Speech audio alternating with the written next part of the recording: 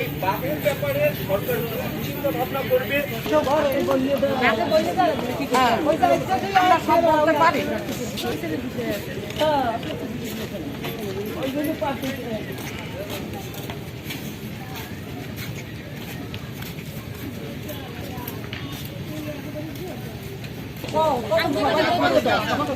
Motorcycle ঢুকে বই দিচ্ছে, ওটা সাইডে দেওয়া ভালো।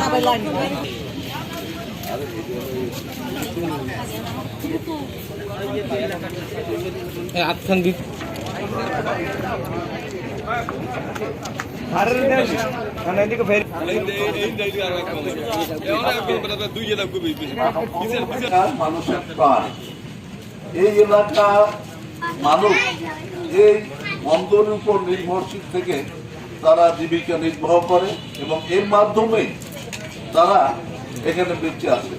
ইদানিং কালে এই নদী ভাঙনে এই এলাকা অত্যন্ত ক্ষতিগ্রস্ত হয়েছে।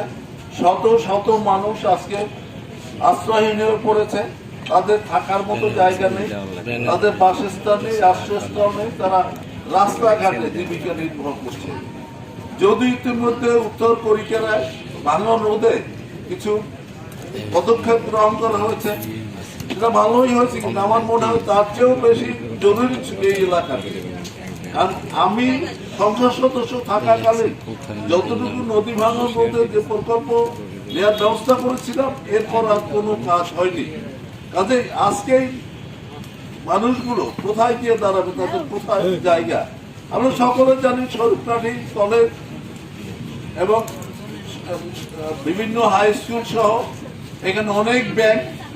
এই নদী ভাঙন যদি রোধ করা না যায় এবং ইন্দুরহাট মিয়ারহাট বন্ধন যদি বিপন্ন হয়, তাহলে এই এলাকার লক্ষ লক্ষ মানুষ তাহলে আশ্রয়হীন হয়ে পড়বে, সম্বলহীন হয়ে পড়বে।